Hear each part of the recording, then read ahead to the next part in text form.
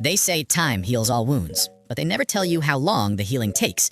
For 10 years, the memory of Westvale High was a ghost haunting the corners of my mind, a giant, menacing ghost in a blue and gold varsity jacket.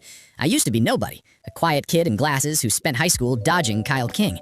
He was the quarterback, the high school king, a colossal figure with a clenched fist always ready to deliver another reminder of my place.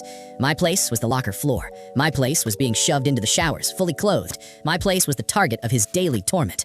He told me I'd never amount to anything. He said people like me were born to serve people like him. Fast forward a decade, I am now the founder and CEO of GoGo Fable. My name is on the building, the checks, and the door to this corner office. The view is nice, but the perspective is even better. I've forgotten most of his names from me, but I'll never forget the sound of his laughter. Yesterday, a resume landed on my desk. The name was Kyle King. My heart skipped. For a brief, horrible moment, I was a scared 16-year-old again. Then I looked closer. It wasn't the giant who loomed over me in the halls. It was a man, a little thinner, a little less powerful, with a list of corporate accomplishments that sounded impressive, but were ultimately just paper. He needed a job at my company. I couldn't just throw it away. I needed to see him. I needed this. Today, he walked into my office. He wore a crisp suit that looked like a cheap imitation of power.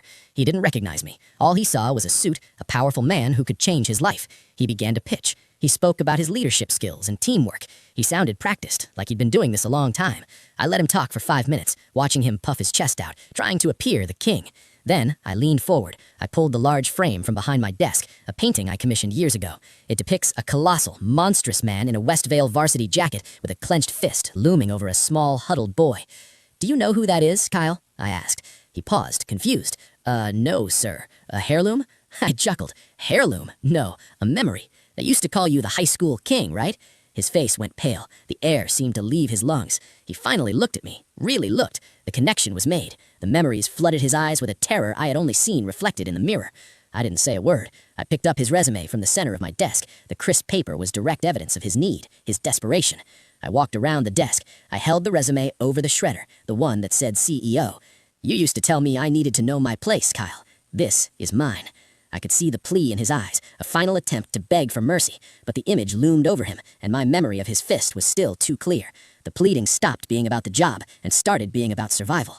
He couldn't help himself. He was the one on the locker floor now. "I'm finally learning to take out the trash," I said. I let the paper fall. Whir, crunch. Confetti of his past falling into my trash bin. He was already on his knees, not in respect, but in total defeat. He couldn't even stand to leave. I sat back in my chair. The whirring of the shredder was the loudest thing in the room, and for the first time in a decade, the ghost was gone. The only king here is me.